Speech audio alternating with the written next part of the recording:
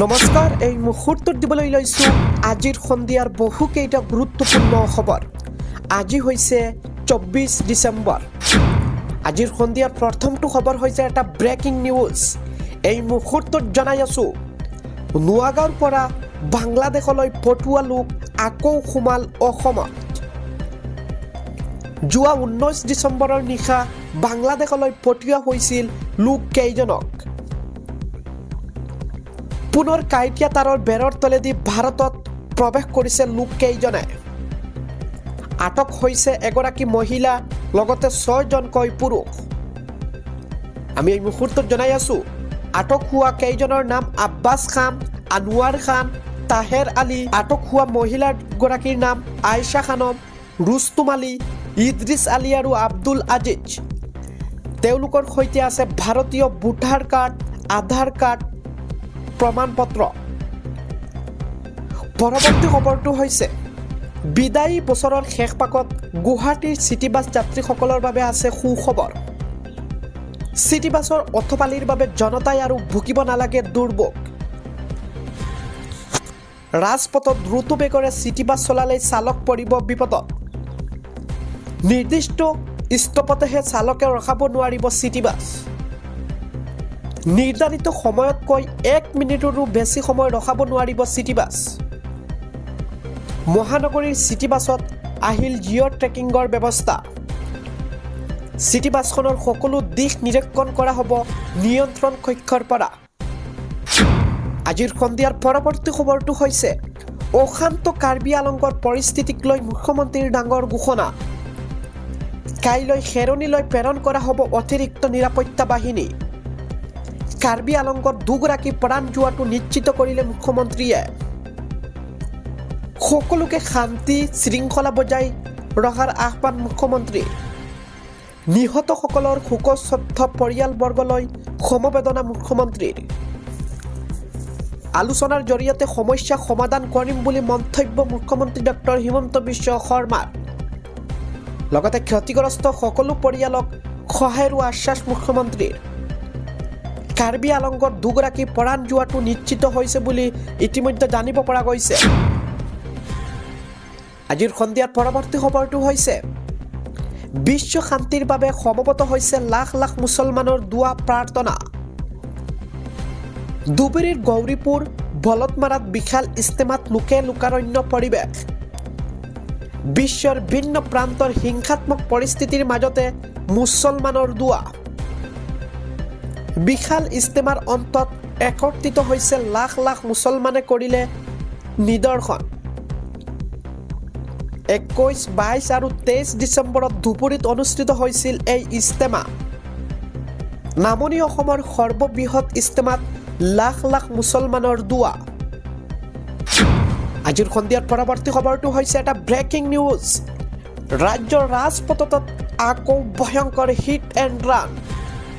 অচিনাক্ত বাহনৰ প্ৰচণ্ড খুন্দাত তিতাতে মৃত্যু হৈছে এজনৰ। ইফালে তীব্ৰবেগী বাহনৰ খুন্দাত মৃত্যু হৈছে ৰাম বৰ্মনৰ। ৰাজপথেৰে খোজকাঢ়ি গৈ থাকোঁতে এই হিট এণ্ড ৰানৰ ঘটনা।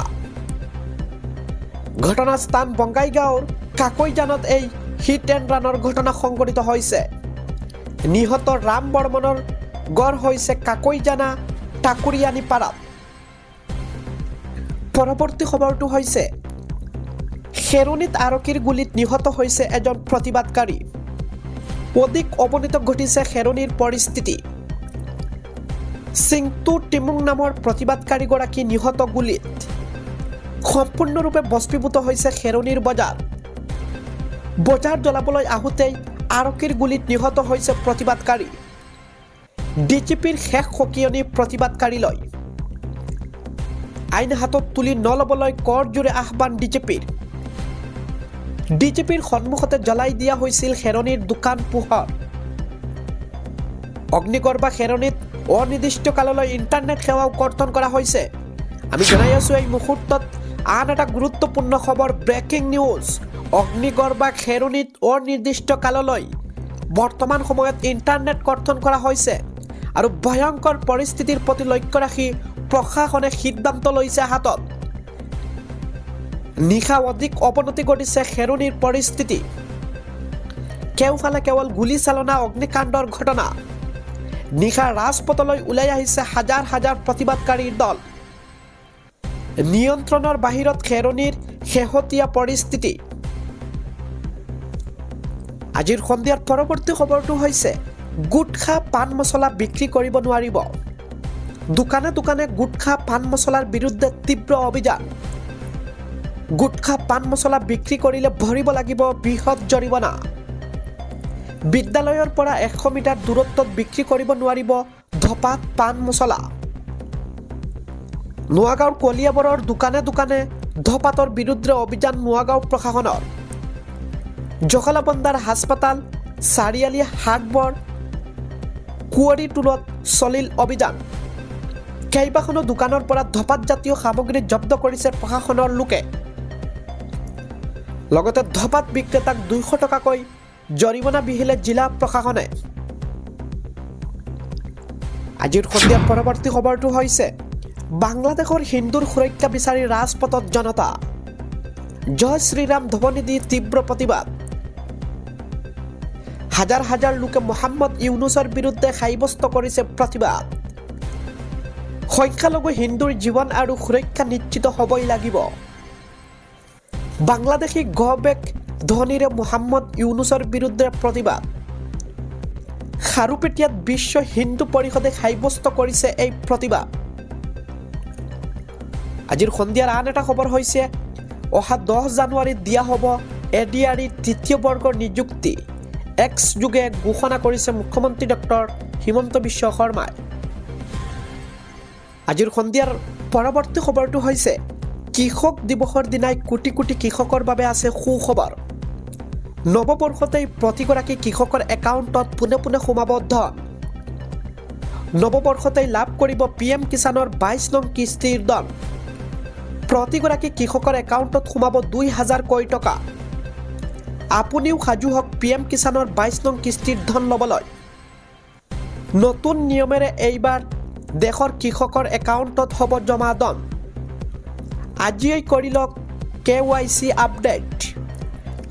আপডেট নকৰিলে লাভ নকৰিব পিএম কিষাণৰ ধনসমূহ জালিয়াতিৰে নাম সন্নিৱিষ্ট কৰা হাজাৰ হাজাৰ বুৱা কৃষকৰ নাম কটা গৈছে পিএম কিষাণৰ পৰা আৰু মুকলি কৰা হৈছে হেল্পলাইন নম্বৰ মনত ৰাখক 155261 হেল্পলাইন নম্বৰ আজিৰ সন্ধিয়াৰ পৰৱৰ্তী খবৰটো হৈছে শিক্ষাৰ্থী শ্ৰেণীকোঠাত উপস্থিত নাথাকিলে অভিভাৱকলৈ যাব মেছেজ বিদ্যালয় শিক্ষাত ছাত্ৰ ছাত্ৰীৰ উপস্থিতি ডিজিটেলি মনিটৰ কৰা হ'ব শিক্ষা সেৱা সেতুৰ জৰিয়তে নতুন সেৱা মুকলি অভিভাৱক আৰু শিক্ষাৰ্থীৰ বাবে মুকলি কৰা হৈছে এই সেৱা ইয়াৰ বাবে সকলো অভিভাৱকৰ নম্বৰলৈ পোনে পোনে মেছেজ যাব একেৰাহে 5 দিন উপস্থিত নাথাকিলে অভিভাৱকলৈ যাব মেছেজসমূহ অভিভাৱকৰ বিচৰা হ'ব অনুপস্থিতিৰ কাৰণসমূহ পৰৱৰ্তী খবৰটো হৈছে বৰাকত উচ্ছেদৰ জাননী পোৱাৰ পিছতে ক্ষোভিত হৈ পৰিছে বৰাকৰ বিধায়ক